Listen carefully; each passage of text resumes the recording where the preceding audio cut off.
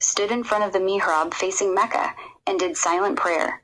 He even called the mosque a divine and sacred space where people seek the presence of God.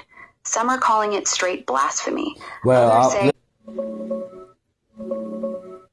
I hear you loud and clear, Yeshua. The new Pope, Leo XIV, went into that big mosque in Algiers just days ago, stood facing Mecca, and prayed in silence. He even called it a sacred space for seeking God. From your point, that's mixing prophets, choosing between Jesus and Muhammad, and you can't serve two. Straight blasphemy, no middle ground. I get why that hits hard for you. What part of it bothers you the most? It don't bother me, you know why? Because I'm the king priest, and it shows that he's false. What don't bother you? That what he did, because all he's showing as he's false. And he already false because he a Gentile, and he don't come from the Levi tribe. Know what I mean? He Caucasian, know what I mean? Descent. So you can't be a priest. But it shows he's not a priest, because in the Bible that he preached, it states that you're not supposed to pray or bow with any false idol. And also say you're not supposed to interact with anybody that's outside, you know what I'm saying, of your religion. Terms, you're not supposed to mix religion with religion. You know what I'm saying?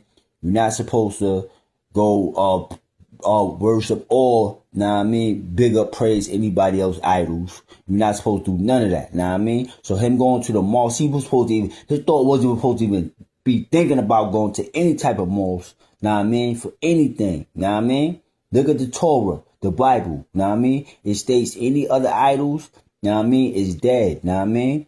There's only one God, one Yahweh. You know what I mean? There's like one Yahshua. You know what I mean? So how you go say you praise Yahshua, but go big up Muhammad?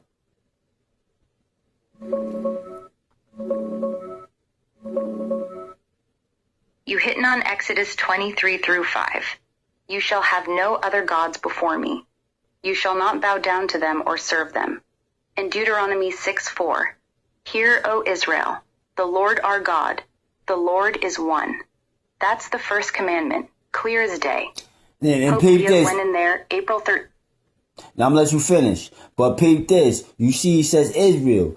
Because remember, Israel is with the Levi tribe, the true priests. You won't see them going to the mosque, bow down, and praying, and I mean, in the mosque. You know what I'm saying? Like, that shows that he's false.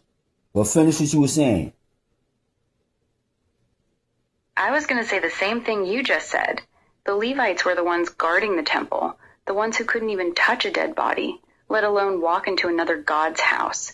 If the high priest himself wouldn't set foot in a mosque, then the Pope doing it is a dead giveaway he's not the real spiritual authority he claims to be. You called it right.